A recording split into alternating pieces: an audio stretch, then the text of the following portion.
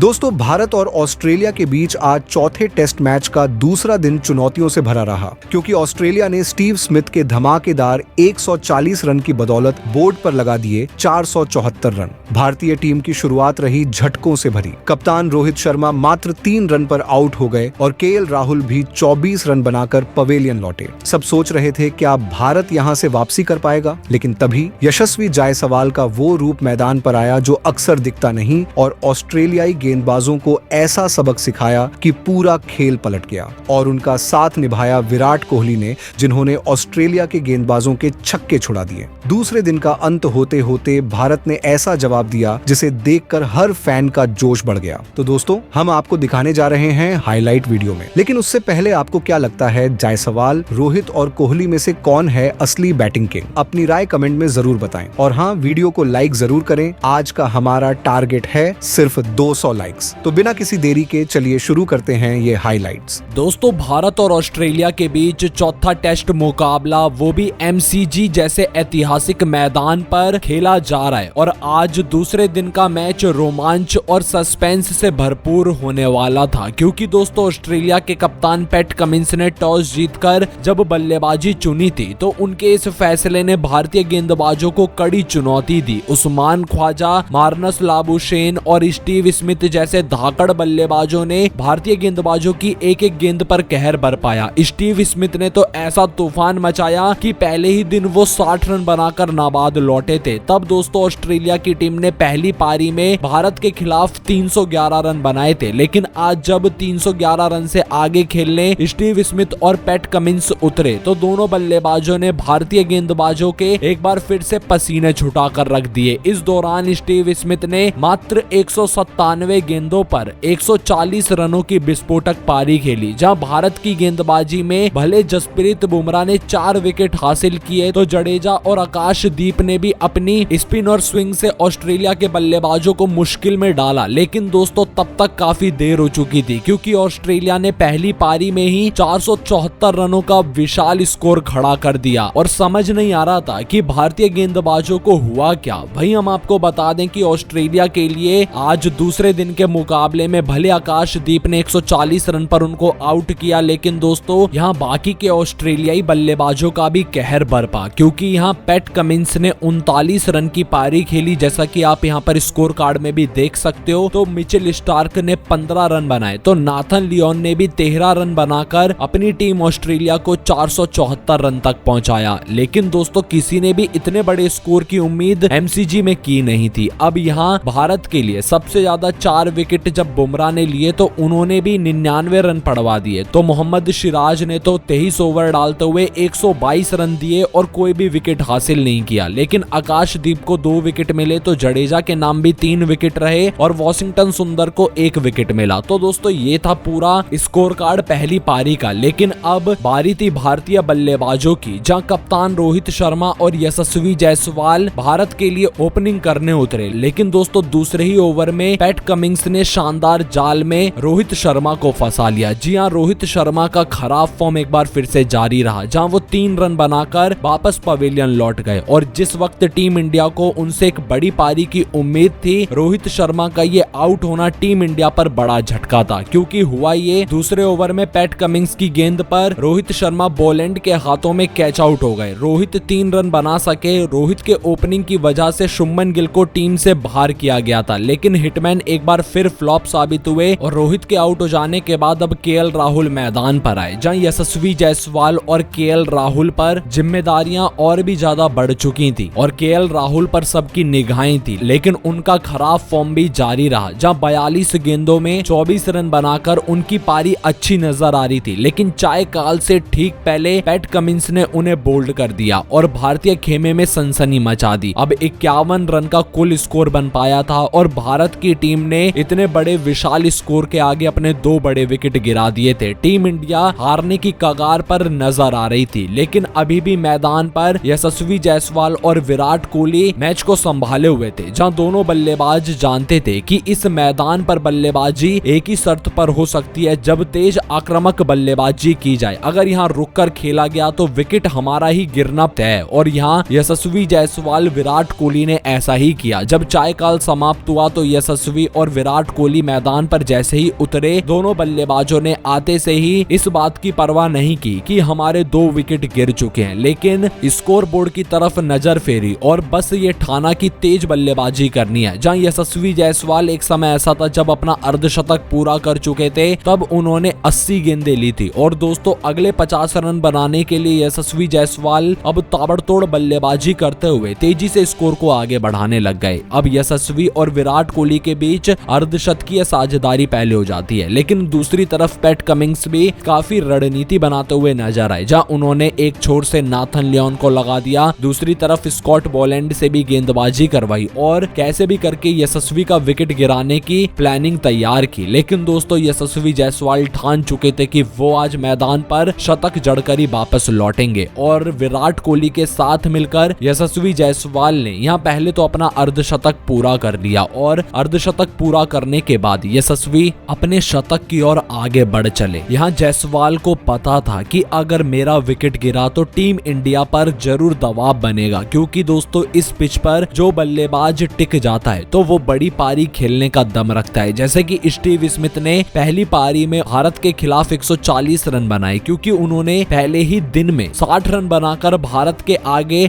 अपने पैर जमा लिए थे और यही यशस्वी जायसवाल ने किया। अब यशस्वी भली भांति जानते थे कि अगर इस मैदान पर मैं टिका रहा तो 200 रन भी बड़ी आसानी से बना सकता हूं और जायसवाल ने भी यही करते हुए विराट कोहली का साथ निभाया, जहां दोनों बल्लेबाज तेज तर्रार शॉट्स लगाकर अब टीम इंडिया के स्कोर को काफी तेजी से आगे बढ़ाते चले गए। इस दौरान विराट कोहली का विकेट गिरने से यशस्वी जायसवाल ने ही उनको बचाया, क्योंकि दोस्तों हुआ ये था कि स्कॉट बोलैंड गेंदबाजी करवा रहे थे और स्कॉट बोलैंड के 7वें ओवर में Virat Kohli deep square leg की तरफ शॉट लगाने के लिए गए, लेकिन दोस्तों गेंद उनके पैड से जा लगी, जहां विराट कोहली तो समझ रहे थे कि वो आउट है, लेकिन यहाँ पर यशस्वी जायसवाल ने उनको मनाया कि आप डीआरएस लीजिए। और दोस्तों जब यशस्वी के कहने पर कोहली ने डीआरएस लिया तो पाया गया कि गेंद विकेट से काफी ऊपर है और विकेट मिसिंग होने की वजह से एम्पायर के डिसीजन को बदला गया और इस मैच में विराट कोहली को एक नया जीवनदान यशस्वी जायसवाल की बदौलत मिला। अब दोस्तों यशस्वी जायसवाल एक तरफ बल्लेबाजी तो अच्छी कर ही रहे थे और साथ में विराट कोहली का भी लगातार साथ निभा रहे थे, जहां दोनों बल्लेबाज अब टीम इंडिया के स्कोर को 150 रन के पार लेकर पहुंच गए। अब ऑस्ट्रेलिया के पास बस बढ़त रह गई 350 रन की। अब दोनों बल्लेबाजों ने दूसरे दिन का मैच समाप्त होने तक एक दूसरे का साथ निभाते हुए शतकीय साझेदारी को कर डाला। इस दौरान यशस्वी जायसवाल अपने शतक से बेहद ही करीब थे, तो वहीं विराट कोहली भी अपने अर्धशतक के, और ऐसे में अभी मैदान पर ऋषभ पंत, रविंद्र जडेजा, नीतीश कुमार रेड्डी और वॉशिंगटन सुंदर का आना भी बाकी है, जो कि मुकाबले को किसी भी पल पलटने के लिए जाने जाते हैं। तो ऐसे में दोस्तों भारत ने अच्छी शुरुआत की है दूसरे दिन के मुकाबले में और लगता है कि भारत की टीम अगर ऐसा ही अपना खेल दिखाती रही तो यहाँ से भारत मैच जीतने के नजदीक भी पहुंच सकता है। बाकी अब आप सभी की क्या राय है भारत की बल्लेबाजी को देख लेने के बाद, और आप टीम इंडिया की बल्लेबाजी पर 10 में से कितने नंबर दोगे? अपनी राय हमें कमेंट करके जरूर बताइएगा।